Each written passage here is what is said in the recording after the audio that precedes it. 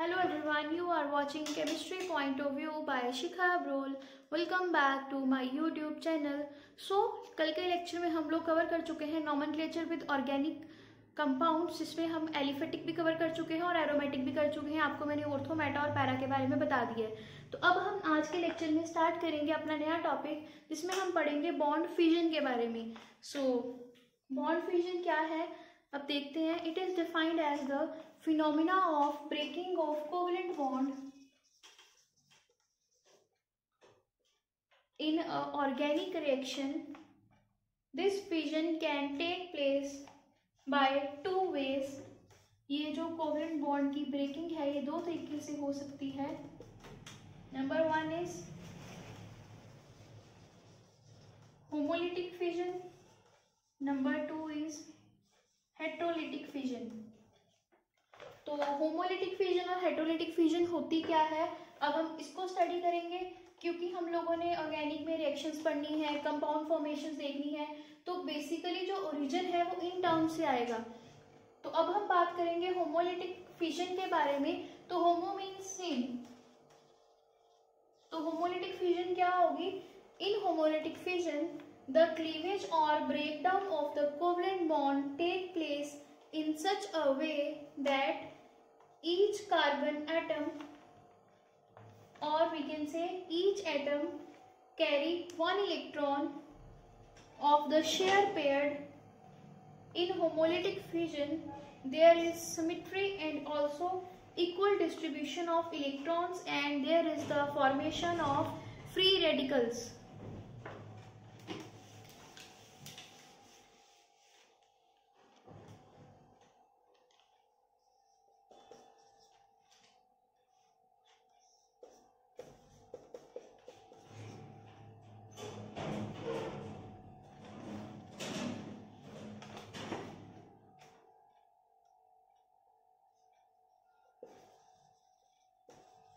तो आपने क्या पढ़ा है कि हमारे पास जो होमोलिटिक फ्यूजन होती है उसमें क्या होता है, हमें इतना पता है, हम चैप्टर 4 में पढ़ चुके हैं। जब दो एटम्स बॉन्ड बनाते हैं तो उनके बीच में इक्वल शेयरिंग होती है, तभी हमारे पास कोवलेंट बॉन्ड बनता है।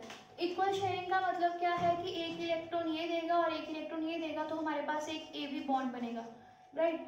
अब कहते हैं जब हमने इसकी बॉन्ड ब्रेकेज करनी है, बॉन्ड क्लीवेज करनी है, तो ये जो दो एटम के बीच की बॉन्ड है इक्वली टूटेगी जब, तो उस टाइम पे दोनों को अपना अपना शेयर मिलेगा, और जब दोनों को अपना अपना शेयर मिलेगा तो दोनों के ऊपर एक एक इलेक्ट्रॉन हम रिप्रेजेंट करेंगे in the form of a dot, तो इनको हम बोलेंगे फ्री रेडिकल्स। फॉर एग्जाम्पल, जब हमारे पास एक H2 है, H2 को हमने जब ब्रेक किया जब हमने, तो हमारे पास फॉर्मेशन आई H पॉजिटिव रेडिकल और H रेडिकल, तो ये है free radicals. This is the representation of homolytic fusion, जिसमें हमारे पास फ्री रेडिकल्स बनते हैं। तो अब फ्री रेडिकल्स देखो क्या होते हैं। These are the neutral spaces such as atoms, elements or groups which when combined with each other then they form a stable molecule. Free radical क्या होते हैं, फॉर एग्जाम्पल अगर A रेडिकल है तो इसका मतलब इसके पास एक अनपेयर्ड इलेक्ट्रॉन पड़ा हुआ है जो फ्री है, तो इसको एक और इलेक्ट्रॉन चाहिए, तो अगर इसको एक और रेडिकल मिल गया तो ये दोनों रेडिकल कंबाइन होकर बना लेंगे एक स्टेबल कंपाउंड।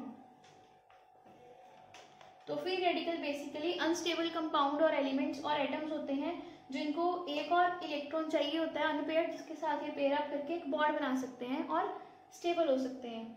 तो जब होमोलिटिक फ्यूजन होगी तो आपको याद रखना है, होमोलिटिक फ्यूजन में हमारे पास फ्री रेडिकल्स बनते हैं, राइट।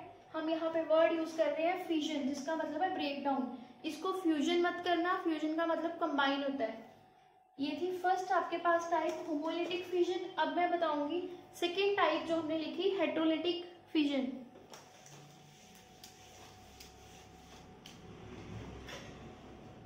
नंबर 2 हेट्रोलिटिक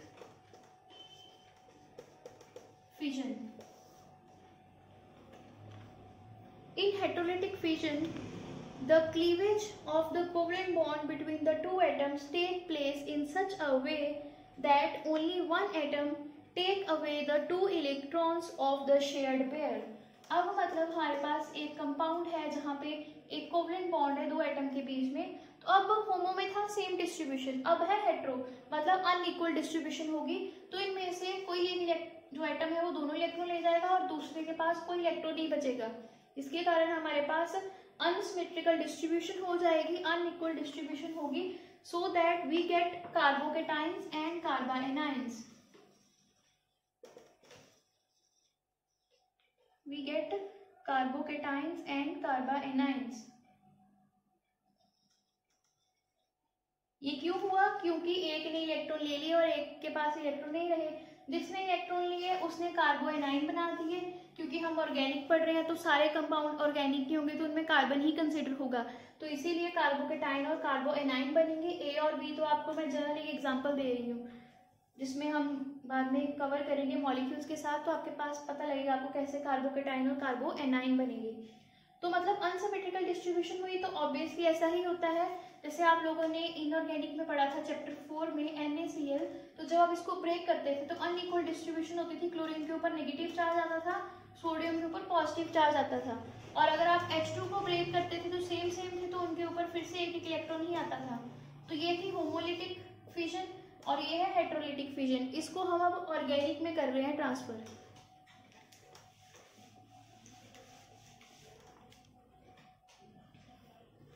सो कार्बोकेटाइंस क्या होंगे? Carbocations are the electron deficient species, electron deficient species, while the carbanions are the electron rich species, क्योंकि उनके ऊपर आएगा नेगेटिव चार्ज, कार्बोकेटाइंस के ऊपर आएगा पॉजिटिव चार्ज। अब आप देख सकते हो, जैसे आपके पास कोई भी कंपाउंड है, फॉर एग्जांपल ये था कोई कंपाउंड, तो जब इसका आपने ब्रेक किया, हेट्रोलिटिक फिजन की, तो एक में कार्बन पे पॉजिटिव चार्ज आएगा और एक कार्बन पे आ गया negative charge. This is the heterolytic fission. और अगर हमारे पास कार्बन का बॉन्ड जब ब्रेक होगा तो उनके ऊपर रेडिकल आ जाते हैं। This is your homolytic fission. अब मैं आपको दो टर्म बताती हूँ। फ्यूजन हमने कर लिया, अब हम देखते हैं फ्यूजन क्या है। When two or more particles, atoms or molecules combine together to form a bigger or heavy molecule, this is known as a fusion. The fusion of two hydrogen take place to form hydrogen molecule. तो आपने अभी पढ़ा, अगर हम दो hydrogen को जोड़ देंगे तो वो H2 बन जाएगा। This is a fusion.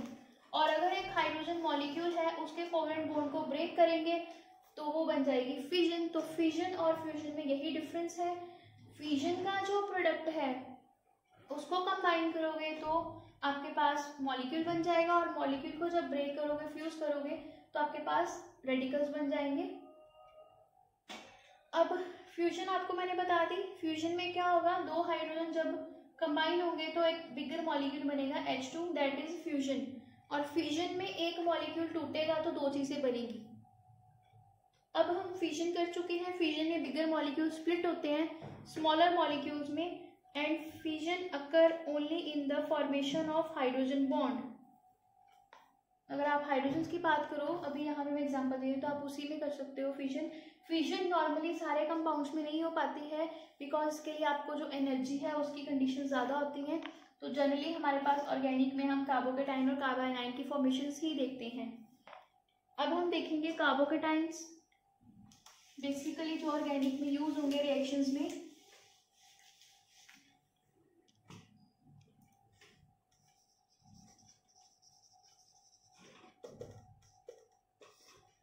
Carbocation. It is defined as a group of atoms which contain positively charged carbon having 6 electrons. It is obtained by heterolytic fusion of covalent bond involving carbon atom. तो जब heterolytic fission होगी, अब आपको ये word याद रखना है, जब आपको पूछा जाएगा carbocation is formed by the dash fission, तो डैश फिजन जो डैश आएगी फिल द ब्लैंक्स, उसको आपने फिल करना है हेट्रोलिटिक फिजन। अगर आप वहां पे होमोलिटिक फिजन लिख दोगे तो आपका आंसर गलत होगा। अभी आपको ऑब्जेक्टिव क्वेश्चन ज्यादा आ रहे हैं आपके, बिकॉज ऑफ दिस कोविड के कारण जो आपके टेस्ट हैं वो ज्यादातर MCQs में होते हैं। तो तब आपको ये अगर नहीं पता होगी डिटेल में टॉपिक तो आप नहीं कर पाओगे। तो कार्बोकेटाइन बनते हैं बाय हेट्रोलिटिक फिजन। जैसे आपके पास एक ये कार्बोकेटाइन है। तो ये बना कैसे है, हमारे पास ये कंपाउंड था CH3Br। अब इसमें हुई ब्रेक डाउन, जो ब्रोमीन था वो इलेक्ट्रॉन रिच था, वो इलेक्ट्रॉन लेके चला गया, तो जो कार्बन है वो पॉजिटिव हो गया। तो अब ये कार्बोकेटाइन बन चुका है, this is a methyl carbocation.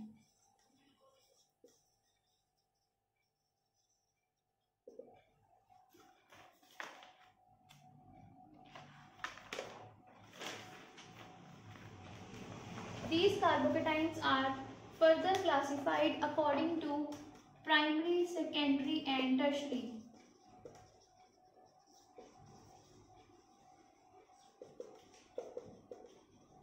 Primary, secondary और टर्शरी क्या होते हैं, अभी आप देखोगे। फर्दर क्लासिफिकेशन है कार्बोकेटाइंस की। जिस कार्बन पे R ग्रुप लगा है उस कार्बन पे पॉजिटिव चार्ज है तो वो कार्बोकेटाइन है। जिस कार्बन पे पॉजिटिव चार्ज है अगर वो एक कार्बन के साथ अटैच है फर्दर डायरेक्टली तो वो है प्राइमरी कार्बोकेटाइन। इसका मतलब सेकेंडरी कार्बोकेटाइन क्या होंगे, वो कार्बोकेटाइन, वो कार्बन जिसके ऊपर पॉजिटिव चार्ज है वो फर्दर दो R ग्रुप के साथ अटैच है, तो it will be your secondary carbocation. और इसका मतलब टर्शरी कार्बोकेटाइन्स क्या होंगे, वो कार्बोकेटाइन जिस कार्बन के ऊपर पॉजिटिव चार्ज है वो कार्बन आगे फर्दर तीन R ग्रुप से लगा है, मतलब तीन कार्बन के साथ लगा है, तो वो होंगे टर्शरी कार्बोकेटाइन्स।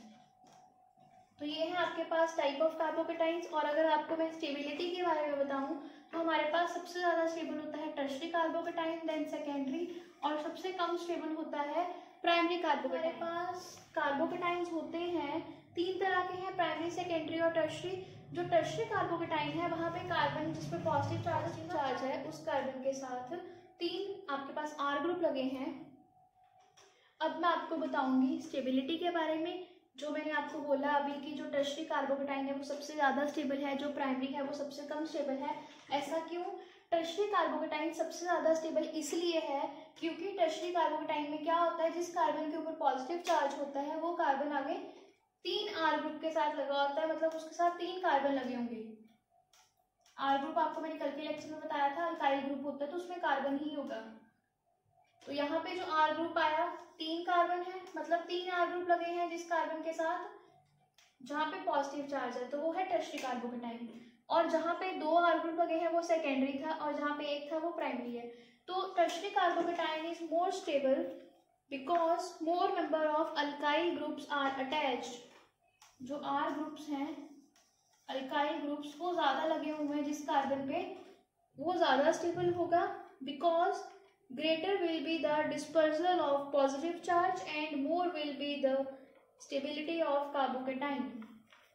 सिंपल सी बात है, अगर आपको मैं लेमैन लैंग्वेज में समझाऊं, इस कार्बन के ऊपर है पॉजिटिव चार्ज, मतलब इसके पास इलेक्ट्रॉन्स कम है। अगर हम केमिस्ट्री के अकॉर्डिंग बात करें ये डेफिशिएंट है, दिस इज अ डेफिशिएंट। इसकी डेफिशिएंसी को हाइड्रोजन तो पूरा नहीं कर सकता, हाइड्रोजन के पास तो खुद इतने इलेक्ट्रॉन नहीं होते।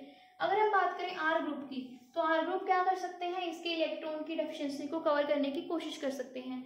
अब जब प्राइमरी कार्बोकेटाइन है उसके पास ऑलरेडी एक R ग्रुप है, एक कार्बन खुद डेफिशिएंट है, उसके अलावा दो हाइड्रोजन है, उनकी तो कोई कंट्रीब्यूशन होने वाली नहीं। तो ये जो R ग्रुप है इसमें एक ही R ग्रुप होता है, तो उसकी कंट्रीब्यूशन के कारण इसका जो पॉजिटिव चार्ज है वो इतना ज़्यादा डिस्पर्स नहीं होता, ख़त्म नहीं होता। तो ये है सबसे कम स्टेबल। उसके बाद सेकेंडरी की बात करते हैं। सेकेंडरी ज़्यादा स्टेबल क्यों है, क्योंकि इसके पास दो R ग्रुप है, तो ये प्राइमरी से ज़्यादा स्टेबल हो गया। इसके पास दो और हैं R ग्रुप जो इसके पॉजिटिव चार्ज को बैलेंस कर सकते हैं। पर टर्शरी में देखें तो टर्शरी में तीन R ग्रुप आ जाते हैं। तो अगर आपका वेट उठाने के लिए आपके पास एक हैवी लगेज है, उसको उठाने के लिए अगर एक ही इंसान है तो आपको भी ज़्यादा काम करना पड़ेगा और आपका जो वेट है आप दोनों को मिलके उठाना पड़ेगा। अगर आपके पास दो पर्सन आ जाते हैं और तो वो भी आप हेल्प करेंगे तो आपको इजी लगेगा काम। अगर एक और पर्सन आ जाता है, मतलब तीन जाने आ जाते हैं और, तो आपको तो काम करने की जरूरत पड़ेगी नहीं, आपका काम तो खत्म हो जाएगा। वही चीज़ यहाँ पे है। तो जब इसके पास तीन R ग्रुप आ जाते हैं तो ये टर्शरी कार्बोकेटाइन बनता है, तो ये हो जाता है सबसे ज़्यादा स्टेबल। तो this is the increasing order of stability. ये आप याद रखना, +2 में भी बहुत ही ज़्यादा ज़रूरी है ये चीज़। इवन कोई भी क्लास करो, जब भी आप ऑर्गेनिक पढ़ोगे तो आपको ये याद रखना है कि सबसे ज़्यादा जो स्टेबल है कार्बोकेटाइन वो टर्शरी है, और इसीलिए हम लोग हमेशा ट्राई करते हैं कि जो कार्बोकेटाइन हम बना रहे हैं रिएक्शन के टाइम पे वो ज़्यादा से ज़्यादा स्टेबल बने। ये था आपके पास कार्बोकेटाइन्स क्या होते हैं, उनकी क्लासिफिकेशन क्या है और उनकी ऑर्डर ऑफ स्टेबिलिटी क्या है। अब मैं आपको बताऊंगी कार्बो एनाइंस के बारे में। कार्बोकेटाइन्स होते हैं जिनके ऊपर पॉजिटिव चार्ज होता है, तो कार्बाइनाइंस क्या होते हैं जिनके ऊपर होता है नेगेटिव चार्ज। कार्बोएनाइंस जिनके ऊपर खुद कौन सा चार्ज होगा, नेगेटिव चार्ज होगा। A carbanion may be defined as a species containing a carbon atom carrying a negative charge. It is also obtained from the heterolytic fusion. ये भी कब आता है, जब हमारे पास हेटेरोलिटिक फ्यूजन होगी, बिकॉज हेटेरोलिटिक फ्यूजन में ही हमारे पास चार्ज सेपरेशन होती है। होमोलिटिक में हमने पढ़ा फ्री रेडिकल्स बनते हैं। सो हमारे पास क्या हुआ, ये एक कंपाउंड था, यहाँ पे हमने लगा दिया एक Z जो है वो पॉजिटिव चार्ज बन गया और जो CH3 था इस पे आ गया नेगेटिव चार्ज। ये कोई भी हेटेरोलिटिक कंपाउंड, यहाँ पे कुछ भी हो सकता है। हमें बेसिकली यहाँ पे हेटेरोलिटिक क्लीवेज शो करनी थी और हमें कार्बाइन बनाना था, तो हम लोगों ने यहाँ पे CH3 बना दिया। तो इसको हम बोलेंगे मिथाइल कार्बाइनाइन। अब हम इसकी स्टेबिलिटी देखते हैं। जैसे आपने उसकी क्लासिफिकेशन देखी कार्बोकेटाइन की, वैसे ही हमारे पास कार्बाइनाइन की क्लासिफिकेशन होती है। तो आप मेरे साथ ट्राई करो, खुद ड्रॉ करो प्राइमरी, सेकेंडरी और टर्शरी। प्राइमरी कार्बाइनाइन में क्या होगा, R ग्रुप 1 होगा जिस कार्बन के ऊपर नेगेटिव चार्ज है। सेकेंडरी में उस कार्बन के साथ 2 R ग्रुप लगे होंगे जिसपे नेगेटिव चार्ज है। और टर्शरी में हमारे पास 3 R ग्रुप होंगे जिस कार्बन के ऊपर नेगेटिव चार्ज है। तो अब हो गया उल्टा काम। अगर आप स्टेबिलिटी देखो तो हमारे पास जो कार्बोकेटाइन था वहाँ पे कार्बन डेफिशिएंट था, तो उसके चार्ज को बैलेंस करने के लिए हमारे पास 3 R ग्रुप थे, तो वो स्टेबल हो गया। तो टर्शरी वाला सबसे ज़्यादा स्टेबल था। यहाँ पे हो जाता है ऑपोजिट काम। ऐसा क्यों? इसका रीज़न ये है कि हमारे पास जब कार्बन के ऊपर नेगेटिव चार्ज है तो कार्बन क्या है, कार्बन इलेक्ट्रॉन रिच है। जो R ग्रुप है ये भी इलेक्ट्रॉन रिच है, तो इसके अच्छा अपना चार्ज नहीं संभाला जा रहा, ये और चार्ज कैसे संभालेगा? इसलिए इसकी स्टेबिलिटी वेरी करती है। अभी एक कार है तो हमारे पास यहाँ पे जो कंट्रीब्यूशन है इलेक्ट्रॉन की, एक कार्बन की और एक R ग्रुप की, इतनी आएगी।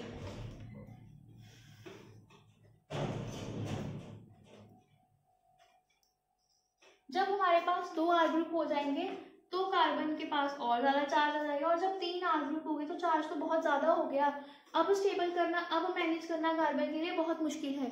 तो अब हमारे पास क्या होगा, टर्शरी कार्बाइनाइन सबसे कम स्टेबल होगा और जो प्राइमरी है वो मोस्ट स्टेबल होगा। मैं फिर से बता रही हूँ, हम कार्बाइनाइन की स्टेबिलिटी देख रहे हैं अभी, तो सबसे ज़्यादा स्टेबल जो है वो क्या है, प्राइमरी कार्बाइनाइन है। बिकॉज पहले वाले केस में पॉजिटिव चार्ज आ रहा था कार्बन पे, तो उसको बैलेंस करने के लिए R ग्रुप चार्ज ट्रांसफर कर रहे थे, क्योंकि जो R ग्रुप होते हैं अल्काइल ग्रुप, ये इलेक्ट्रोनेटिंग होते हैं। तो उधर वो पॉजिटिव चीज को बैलेंस कर रहे थे, कार्बन डेफिशिएंट था, उसको उन्होंने स्टेबल करने में हेल्प की। यहाँ पे कार्बन ऑलरेडी इलेक्ट्रॉन रिच है, तो रिच को और ज्यादा आप इलेक्ट्रॉन दे रहे हो तो वो कार्बन बैलेंस नहीं कर पाएगा, संभाल नहीं पाएगा। जितना ज़्यादा उसको चार्ज मिलेगा उतना ही वो ज़्यादा अनस्टेबल होता रहेगा। टर्शरी के केस में उसको ज़्यादा चार्ज मिल रहा है तो वो लेस स्टेबल है। सेकेंडरी केस में टर्शरी से कम चार्ज मिल रहा है तो थोड़ा सा स्टेबल है, और प्राइमरी केस में कम चार्ज मिल रहा है तो वो सबसे ज़्यादा स्टेबल है। This is the decreasing order of stability of carbanion. So by this I finish my this lecture here. In the next lecture हम लोग नया टॉपिक शुरू करेंगे। तब तक आप लोग एक बार फिर से इसको रिवाइज करना जो हमने पढ़ा है।